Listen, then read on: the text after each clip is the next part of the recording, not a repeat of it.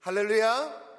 지금 이 시간에 저와 함께 조금 우리가 상상력을 발휘해 가지고 또 좀 상상을 해보도록 하십시다. 만일에 사도 바울이 한국교회 어느 유수한 교단에 선교사 지원서를 냈다고 칩시다. 그렇게 상상해 보도록 하십시다. 교단 소속의 선교사가 되기 위해서, 이제 파송을 받기 위해서 이제 이력서를 적어서 선교사 지원서를 사도 바울이 냈습니다.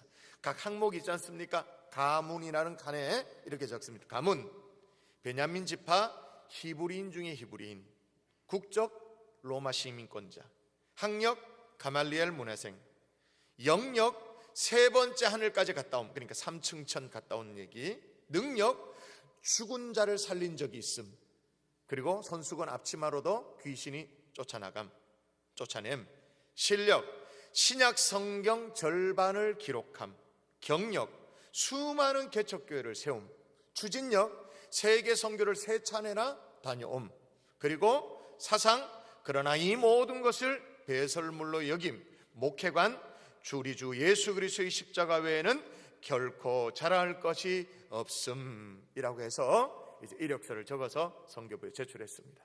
이제 이걸 받아든 선교부는 이제 교단 선교부가 기록된 이 이력서의 내용이 이제 정말 사실인가 실사를 해야 되잖아요. 면밀하게 실사 작업에 들어갔습니다. 그가 기록했다라는 신약 성경을 펼쳐보고 이게 맞는가, 이제 그걸 토대로 이제 바울에 대한 이제 보고서를 작성합니다.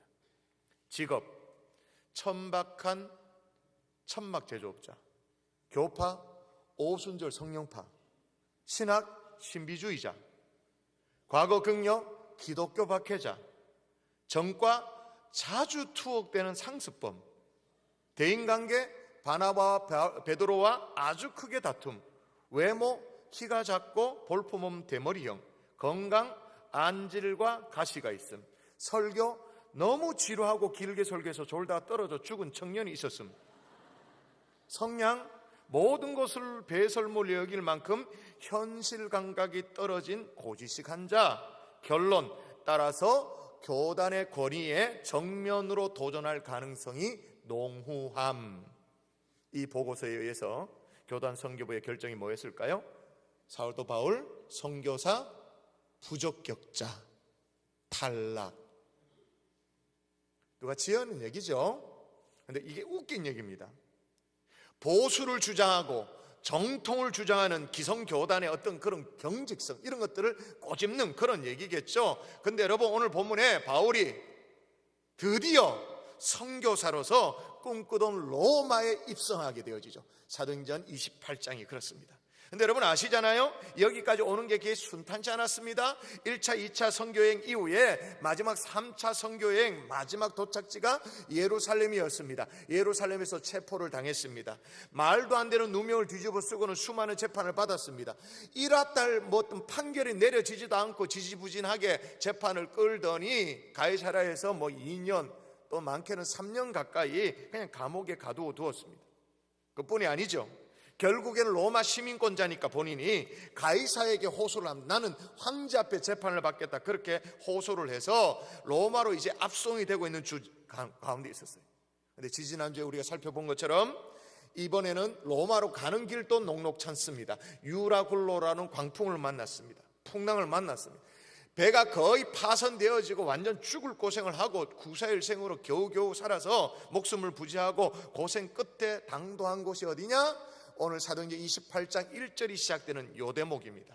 도착된 곳입니다. 같이 읽어볼까요? 시작. 우리가 구조된 후에 앉아 그 섬은 멜리데라 하더라.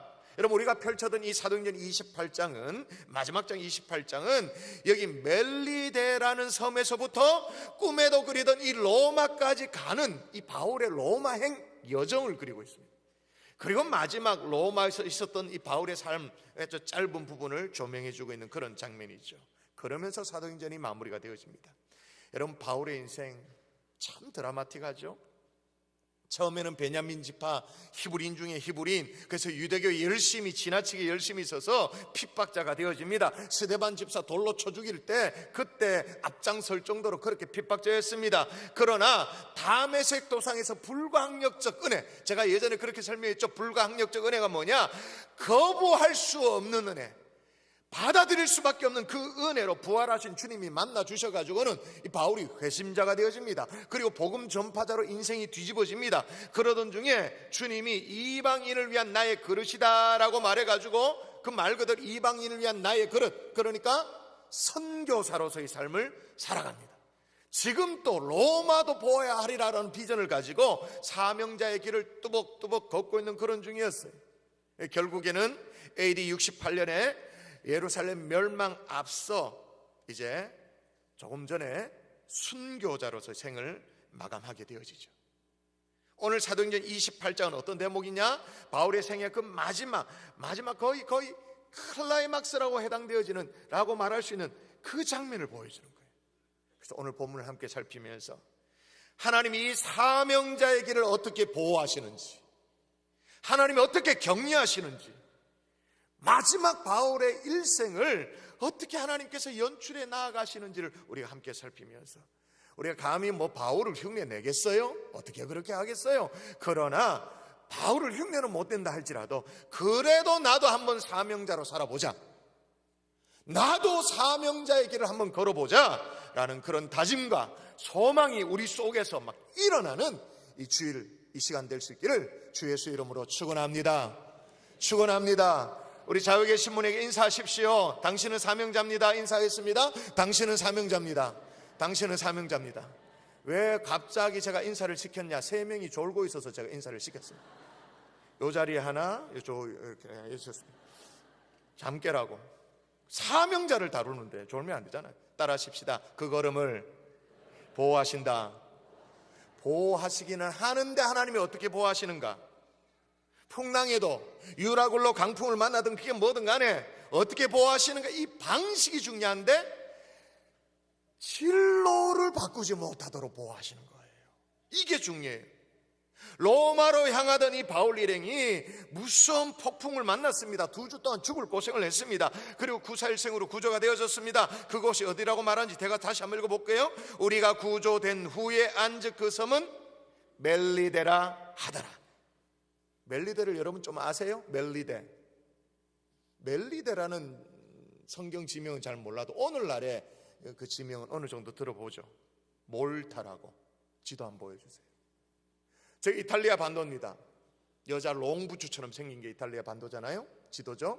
그리고 아래쪽에 시실리, 저게 지도에는 시칠리아 이렇게 적혀 있습니다만 시실리라고 말하기도 하죠. 그 좀 꽤나 규모가 있는 섬이 옆으로 가로로 누워 있습니다.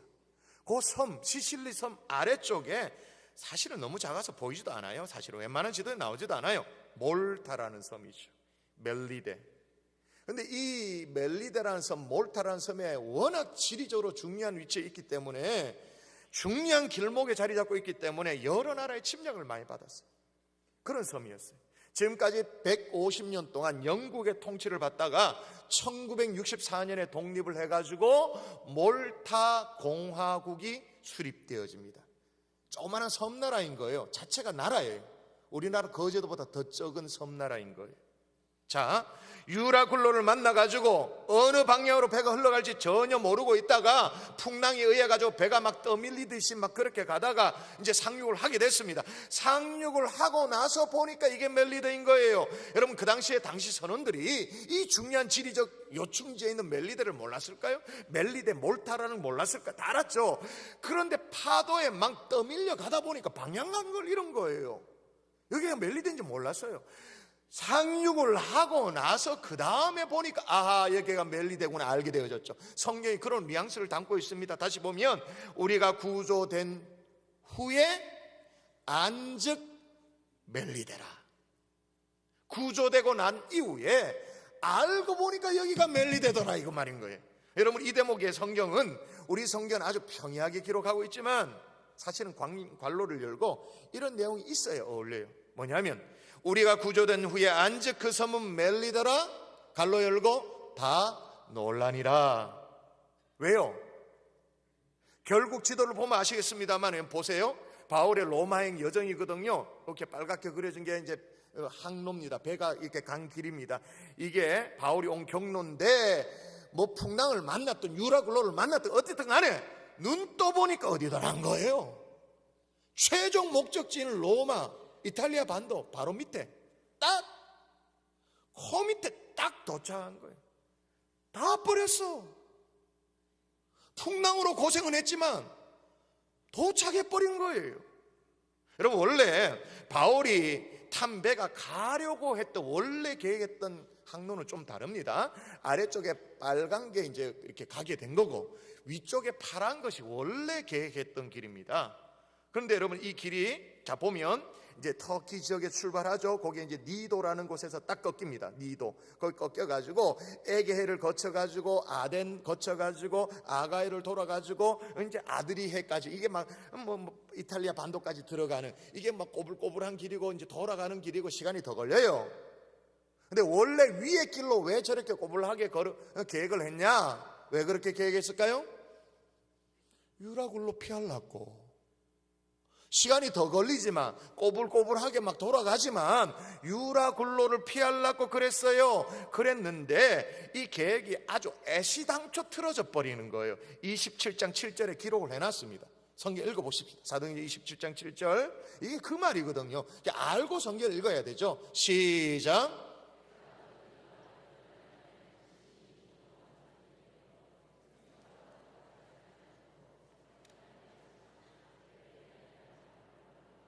예, 나오죠. 니도 맞은편에 가보니까 내가 원래 가려고 했던 그 항로가 풍세가 심상치 않은 거예요. 며칠을 길하더라 안 되는 거예요. 그래서 안 되겠다 싶어서 그 니도에서 방향을 꺾습니다. 어쩔 수 없이 항로를 돌려요. 그래서 그레데 방향으로 남쪽으로 가게 되어지죠. 그레데 해안, 이제 그 섬 해안 이제 바람막이 삼아가지고 항해가 원활하게 수월하게 되니까 이게 아주 이제 잘 되는 줄 그렇게 알았습니다. 근데 어디서 유라굴로를 만났냐? 다시 볼까요? 보십시다. 아래쪽으로 돌아와서 그레데 섬 앞으로 지나가서 이게 순적하게 항해가 진행되는 줄 알았는데 별표 지점, 저기서 유라굴로를 만나게 되어지죠.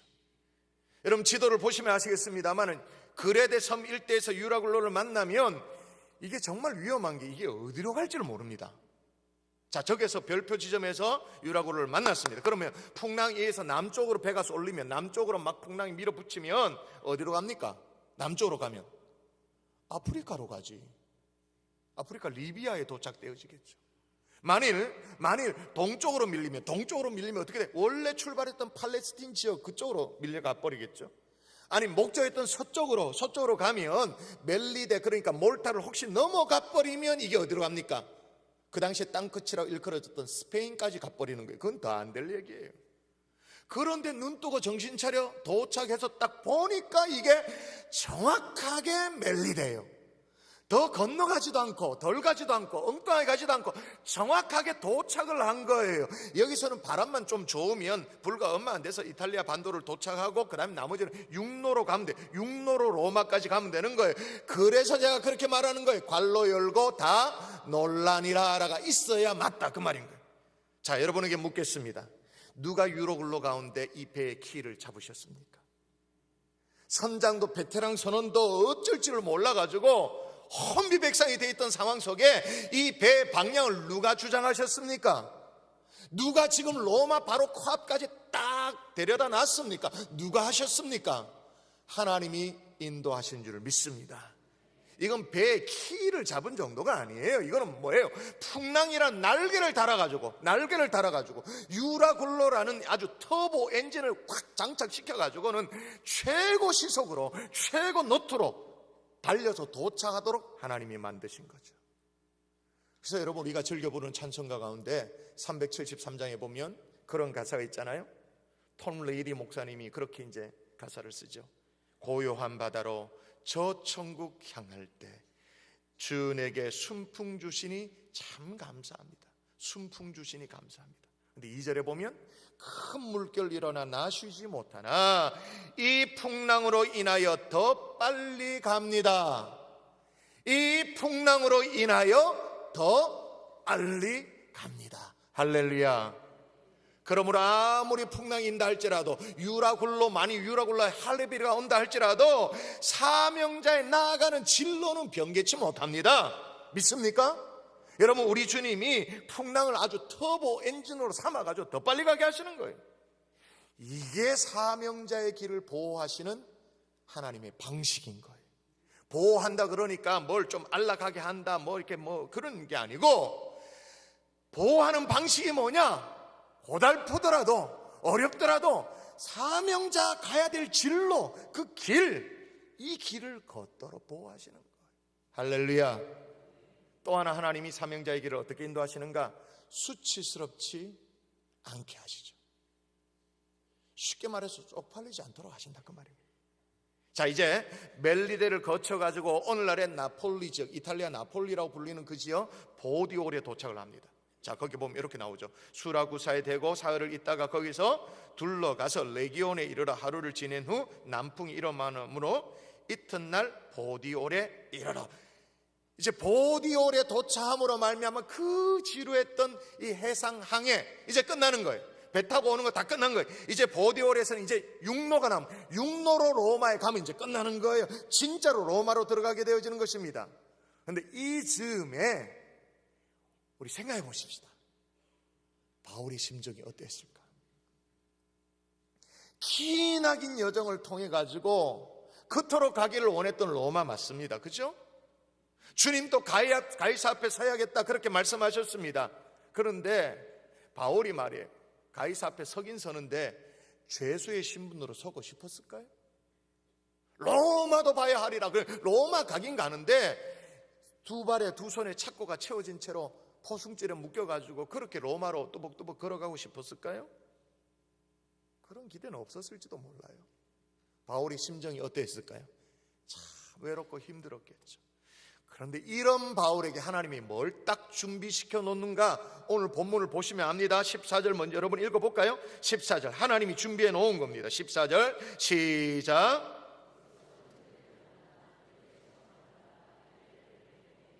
자, 거기 보니까 뭐라고 나옵니까? 거기서 형제들을 만나라고 말합니다.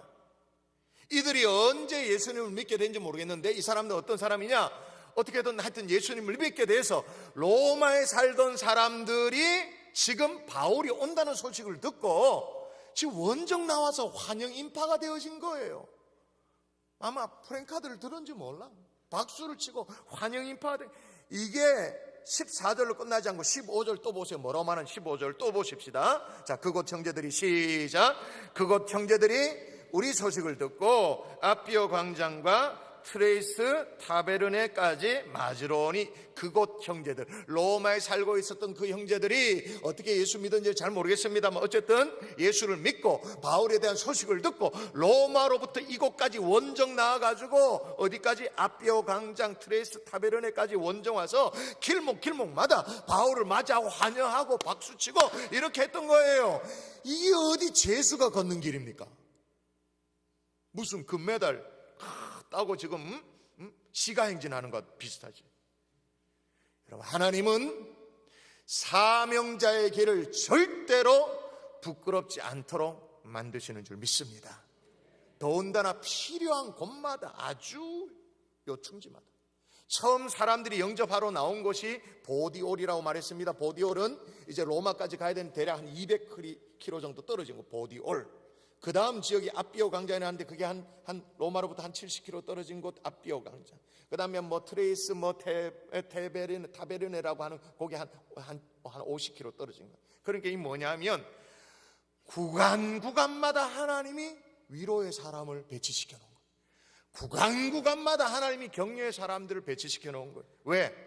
지치지 말라고, 힘들어하지 말라고, 바울이 외로워하지 말라고. 힘들만 하면, 지칠만 하면 또다시 뭐 예를 들면 뭐 마라톤 선수들이 막 뛰다가 어느 코스 기관 가면 이제 물 한 잔 마시고 그 다음에 사람들이 도열해가 막 박수치고 그러면 다시 힘내가 하는 것처럼 구간마다 하나님이 배치를 시켜놓은 거예요. 여러분, 홀로 외롭게 짝가정으로 힘들게 지금까지 신앙생활하고 계시나요? 어려운 고난의 시간을 보내고 계시나요?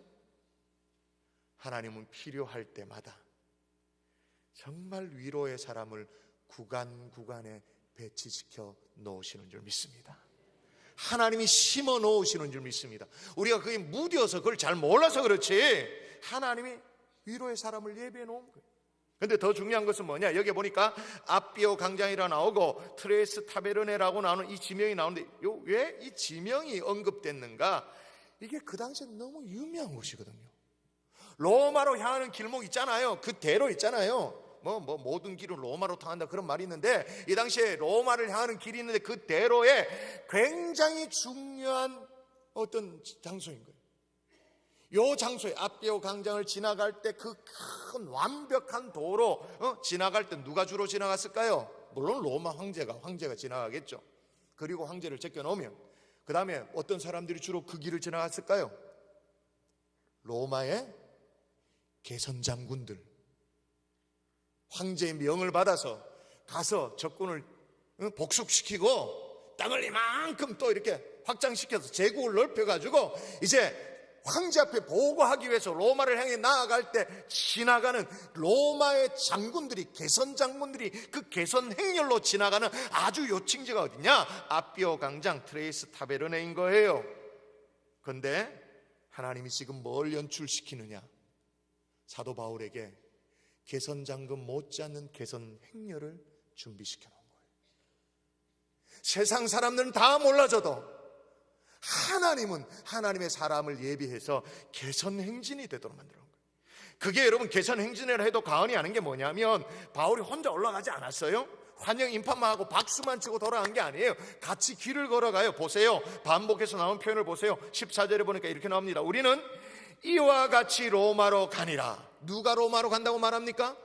우리라고 나옵니다. 여기에 누가도 포함됐겠죠. 사도행전을 기록한 누가도 포함되고 했는데, 누가 숫자가 더 있는지는 모르지만 우리라고 말하고 16절에 보면 우리가 로마에 들어가니라. 우리라고 말하고 있는 거예요.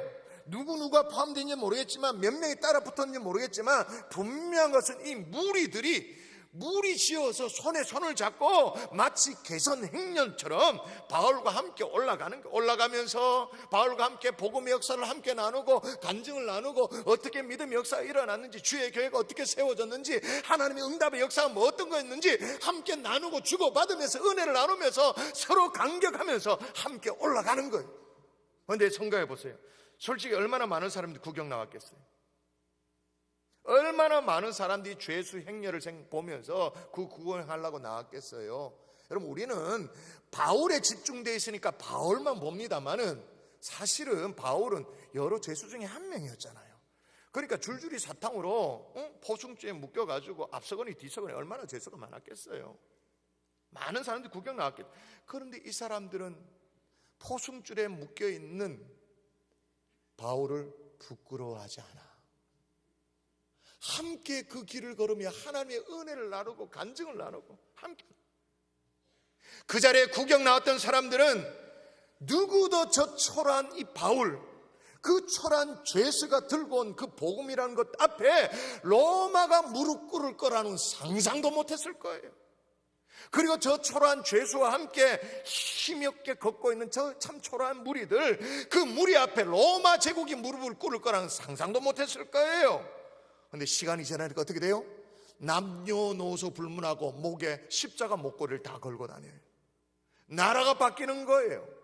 저들로 인해서 곳곳에 주의 십자가 증거되어지고 주님의 교회가 세워질 거다 상상도 못했죠. 그러나 하나님은 그들이 걷는 길을 개선 행진이 되도록 하나님이 만들어 주신 줄 믿습니다. 먼 훗날 주님께서 이루시지만, 다시 말씀드립니다. 여러분이 사명자의 길을 걷는다면 아무리 외로운 길이라도 하나님은 여러분의 인생의 길목마다 코너마다 하나님의 사람을 심어 놓으십니다. 위로의 사람을 심어 놓으십니다. 또한 바울과 함께 한 사람들 덕분에 로마를 향하는 그 길이 죄수의 길이 아니라 개선 행렬이 되도록 한 것처럼 여러분의 주변에 함께 손을 맞잡고 나아가는 사람, 격려의 사람 때문에 여러분이 걸어가는 인생길도 승리의 개선 행렬이 되도록 하나님이 하시는 줄 믿습니다. 적어도 여러분이 걷는 길이 사명자의 길이라면 그렇다 그 말이에요. 그냥 내 길을 걷는 인생 말고, 내 고집으로 가는 그 길 말고, 그런 거 말고 사명자의 길을 걷는다면 하나님이 이렇게 하신다 그 말입니다. 마지막 세 번째로 따라 하십시다. 위기도 기회로 변화시킨다. 네, 다시 원점으로 돌아가 보십시다. 지금 바울이 왜 로마로 가게 되어졌죠? 원점으로 돌아가십시다. 지금 바울이 왜 로마로 갑니까? 물론 하나님의 뜻이 있었습니다.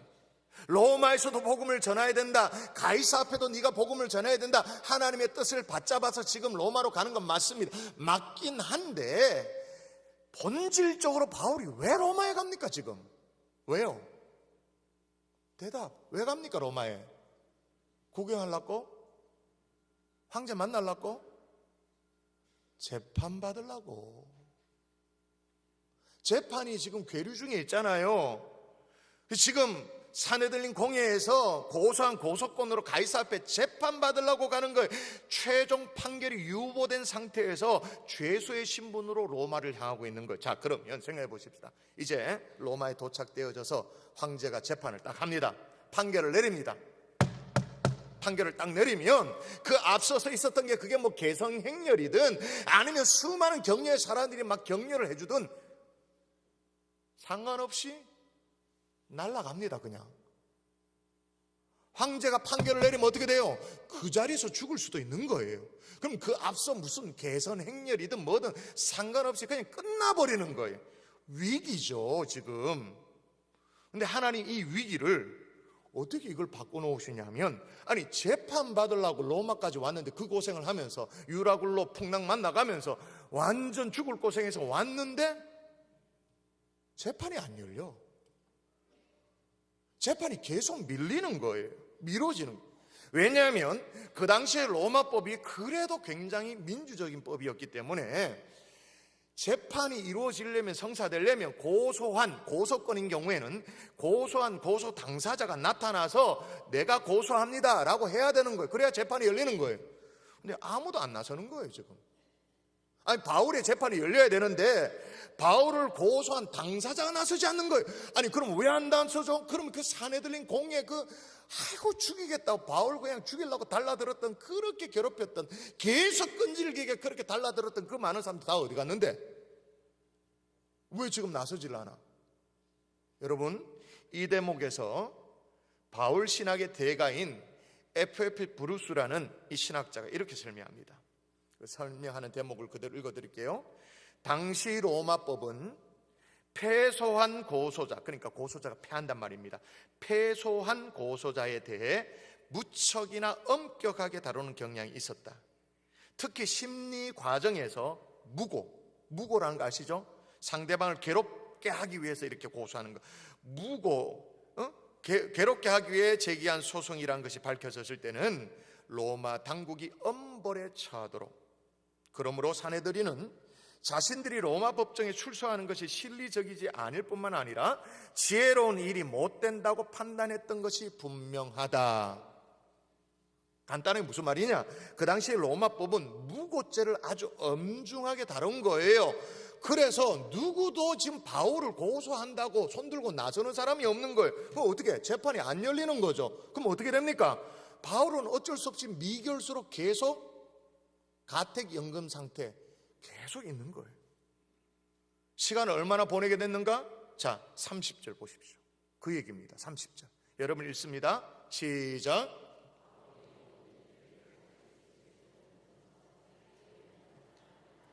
몇 년을 있었다고요? 2년을 기다렸어요. 어디에서? 자기 셋집에서. 그러니까 일종의 가택연금인 거죠. 그런데 가택연금 상태니까 조금 자유로움이 있어요. 자기를 만나러 오는 사람을 다 만납니다. 사람들을 영접하고 다 합니다. 자기들이 이렇게 바울이 자기 집에 찾아오는 사람들을 다 영접하고는 뭐 했겠습니까? 바울이 당근이지. 31절 뭐합니까? 하나님 나라를 전파하며 주 예수 그리스도에 관한 모든 것을 담대하게 거침없이 가르치더라. 모든 것을 담대하게 거침없이 가르치더라. 여러분 바울 왜 왔습니까? 재판 받으러 왔습니다만은 재판 이전에 원래 뜻은 뭡니까? 복음 전하러 왔어요. 근데 2년 동안 딱 집에만 있으면 되고 사람들이 찾아오네? 어떻게? 담대히 거침없이 가르치더라. 할렐루야. 위기가 변화에 뭐가 된 거예요? 기회인 거죠. 어느 정도 기회가 됐는가? 바울은 가택연금 상태니까 집에 있어. 집에 있으면 되고 사람들이 어떻게 했는가? 보세요. 자, 23절 보세요. 같이 읽어볼까요? 시작. 그들이 날짜를 정하고 그가 유숙하는 집에 많이 오니 바울이 아침부터 저녁까지 강론하여 하나님 나라를 증언하고 모세의 율법과 선지자의 말을 가지고 예수에 대하여 권하였더라. 그들이 날짜를 정했다. 그렇게 말. 그게 무슨 말이냐? 많은 사람들이 바울을 찾기를 원하니까 도대체 바울이 전하는 복음이라는 게 뭔가 듣고 싶어 하니까 너무 많이 오니까 어떻게 해요?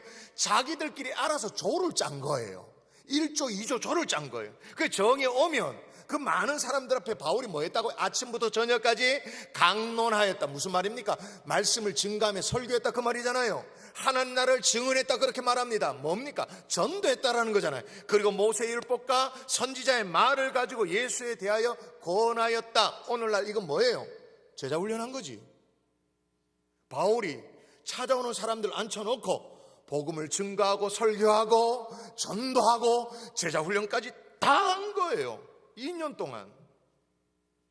이런 복음의 기회가 어디 있겠어요? 그랬더니 그 열매가 어느 정도냐? 여러분 사도행전은 기록하지 있지 않습니다만은 로마에서 빌립보교에 편지를 쓴 적이 있거든요. 거기에 보면 이런 대목이 나옵니다. 자, 로마에서 빌립보교에 편지를 씁니다. 옥중서신을 씁니다. 뭐라고 나오냐? 빌립보서에 이렇게 나옵니다. 여러분 읽어보십시다. 시작.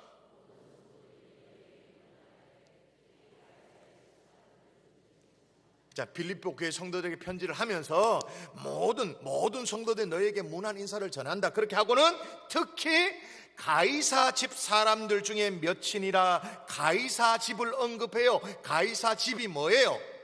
황실. 2년 동안 어디까지 복음이 침투해 들어간 거예요? 로마의 황실 안까지 들어간 거예요. 깊숙하게 들어간 거예요. 그래서 편지를 쓰면서 빌립보서를 쓰면서 가이사 집에 몇 사람이 너희들에게 안부도 전한다. 그걸 기록하고 있는 거예요.